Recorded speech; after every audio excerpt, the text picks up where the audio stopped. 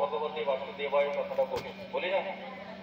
তাহলে ওম হচ্ছে পরমেশ্বর, আর ভগবতী বাসুদেবায়, ভগবতী শব্দটা হচ্ছে ভগবান, আর বাসুদেব হচ্ছে যিনি সর্বব্যাপী, যিনি সর্বত্র বিরাজ করেন, তিনি হচ্ছে বাসুদেব।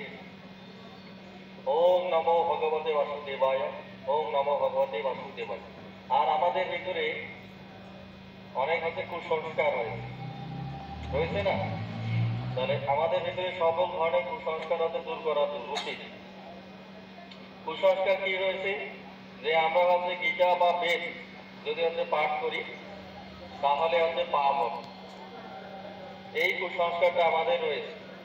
এবং হচ্ছে কুসংস্কার হচ্ছে যে গীতা এবং বেদ পড়ার সময় যদি ভুল হয় তাতেও পাপ হবে, এই কারণে হচ্ছে আমরা হচ্ছে করি না, মানে এটা কুসংস্কার।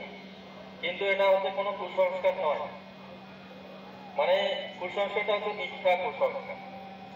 কারণ হচ্ছে দুইটা যদি আপনাকে উদাহরণ দেওয়া যায়, আমরা হচ্ছে সবাই হচ্ছে অষ্টবক্র মুনির নাম শুনেছি মনে, আর অষ্টবক্র মুনির হচ্ছে পিতার নাম হচ্ছে কোহর মুনি।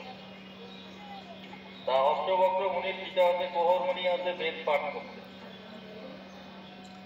তা হচ্ছে উনি হচ্ছে ভুল বেদ পাঠ করতে, মানে সঠিকভাবে হচ্ছে বেদ পাঠ করতে না।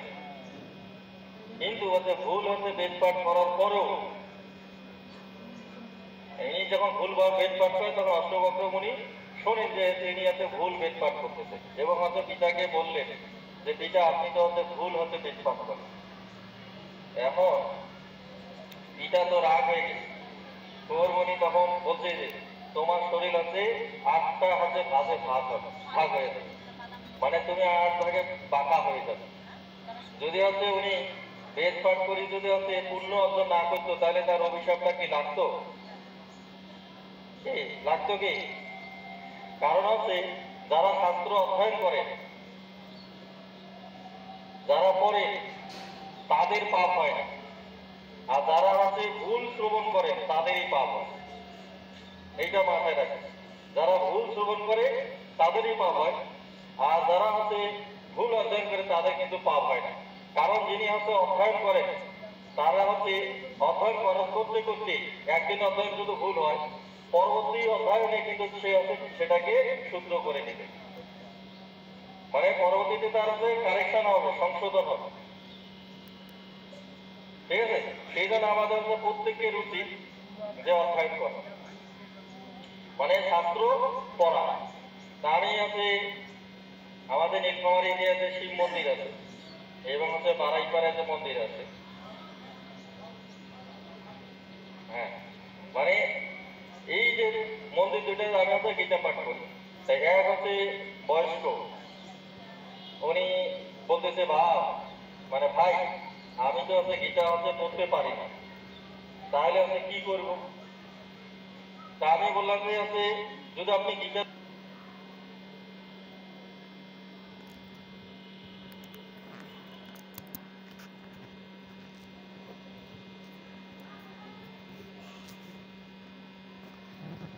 আঙ্গুল দিয়ে হচ্ছে যাবে,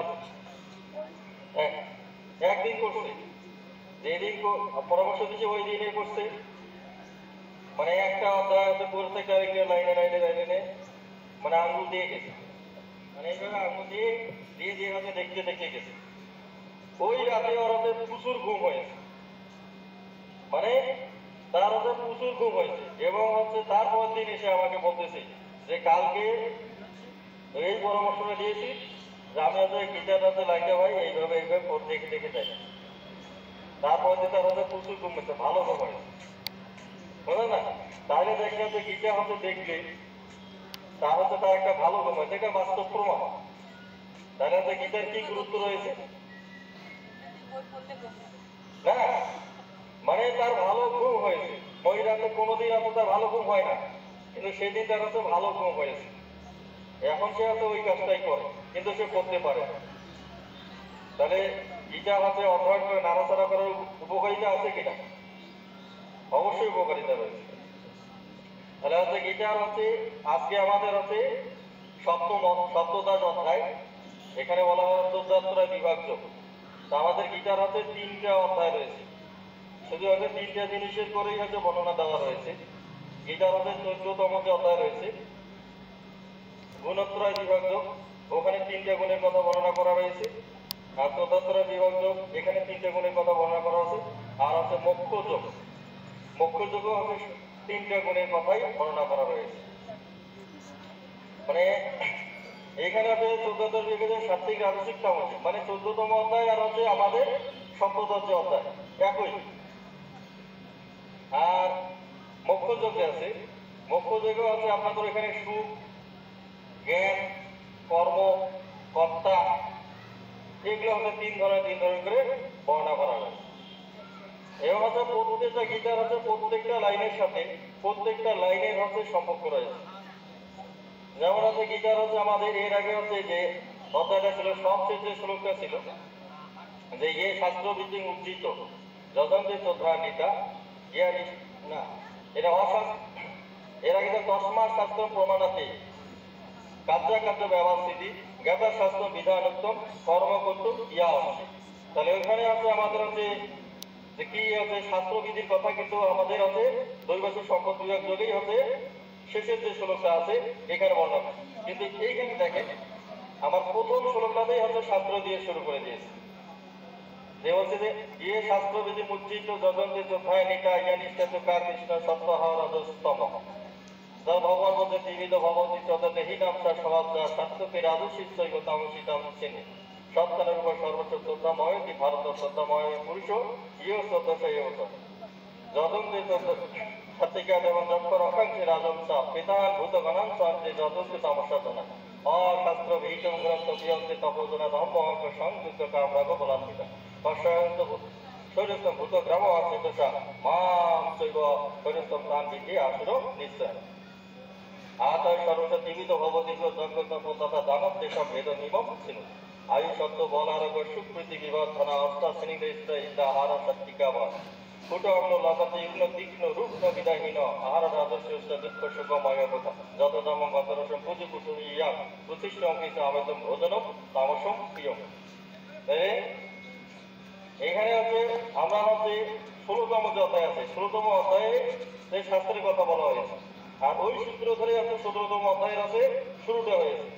একটা অধ্যায়ের সাথে কিন্তু আরেকটা অধ্যায় কখনো হচ্ছে বোঝা যায় না। অন্তত পক্ষে যদি আপনি হচ্ছে গীতাটা যদি বুঝতে যান তাহলে হচ্ছে সম্পূর্ণ একটা অধ্যায় আপনাকে হচ্ছে পড়তে হবে। একটা শ্লোক দিয়ে মানে সম্পূর্ণ গীতার হচ্ছে কখনো বিচার করা যাবে, মানে প্রত্যেকটা লাইনের সাথে প্রত্যেকটা লাইনের হচ্ছে সম্পর্ক রয়েছে। তাই এখানে আছে দেখেন গীতার হচ্ছে বলছে যে কর্ষয়ন্ত শৈরস্তম ক্ষুদ গ্রাম আছে দোষা মান শৈর শৈরস্তম প্রাণ দিতে আশ্র নিশ্চয়। তাহলে আমাদের শৈলীর ভিতরে যে ভূত কোনগুলো, এই প্রশ্নটা হচ্ছে আমার কাছে জগৎবন্ধু হচ্ছে করেছে যে আমাদের শরীরের ভিতরে হচ্ছে পঞ্চ মহাভূত আছে না। তাহলে আমাদের যে পুরো যে শরীরটা, এই পুরো শরীরটা হচ্ছে ভূমি। পঞ্চ মহাভূত যে ভূমি, আব, অনল, বায়ু আর হচ্ছে তেজ, গরু, বম, এই পাঁচটা মহাভূত আমাদের শরীরে। তাহলে এটাই হচ্ছে আমাদের হচ্ছে সপ্তম যে অধ্যায় আছে, সপ্তম অধ্যায় হচ্ছে এই পঞ্চম শ্লোকে এই পাঁচটা জিনিসের কথা বলা হয়েছে। এখানে অষ্ট প্রকৃতির কথা বলেছে, তার মধ্যে পাঁচটা প্রকৃতি, পাঁচটা হচ্ছে ভূতের নামও লেখা আছে, যে ভূমি আপ অনল ভয়ঙ্কর বুদ্ধি নিরস অহংকার এই ভিন্ন প্রকৃতি অষ্টম। তা আমাদের হচ্ছে এই পঞ্চ মহাভূত আমাদের শরীরের ভিতরে কি কি আছে? আমাদের পুরো শরীরটা হচ্ছে ভূমি, হাড় হাড্ডি যা আছে সবকিছু হচ্ছে ভূমি। আর শরীরের ভিতরে যে রক্ত আছে, রক্ত আছে না, বিভিন্ন ধরনের রস আছে না, এই রক্ত রস যেটা আছে এটা হচ্ছে আমাদের জল। তাহলে 1 2 অনল। আমাদের শরীরের ভিতরে একটা হচ্ছে কারেন্ট আছে এবং ভোল্টেজ আছে। আমাদের শরীরের ভিতরে হচ্ছে ভোল্টেজ হচ্ছে 0.5 মিলিভোল্ট এবং হচ্ছে কারেন্ট হচ্ছে 1 মিলিভোল্ট। এই ভোল্টেজের যদি এই ভোল্টেজের যদি নিচে যদি আমাদের শরীরে যদি থাকে তাহলে আমাদের শরীর কিন্তু অসুস্থ হয়ে যাবে। এই জন্য আমাদের শরীরে ইকোকার্ডিওগ্রাম করা হয় না, ইসিজি করে না।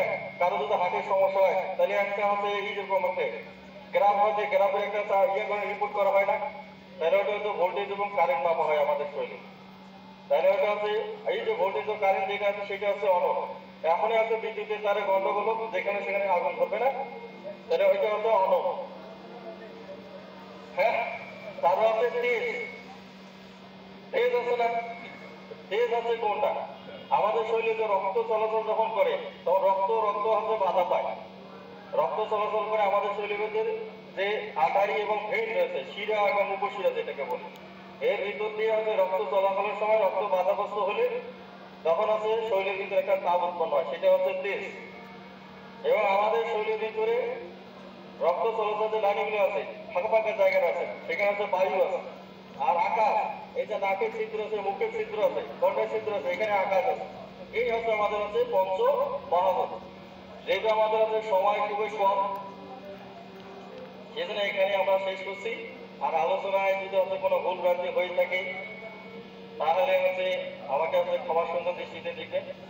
ওম যাদক্ষরম পরিবিষ্ট মাত্রা হিনস্ত ইয়দ্ভবতুল্যম ভবতুল্যস্বতৎ প্রসাদের সুরস্বর।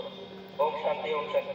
ওম দৌ শান্তি, ওম দৌ শান্তি, পৃথিবী শান্তি, আপর শান্তি, ঐশ্বর্য শান্তি, মনুষ্য শান্তি, বিশ্বদেব শান্তি, ব্রহ্মা শান্তি, সর্বং শান্তি, ও শান্তি, সমাজ শান্তি।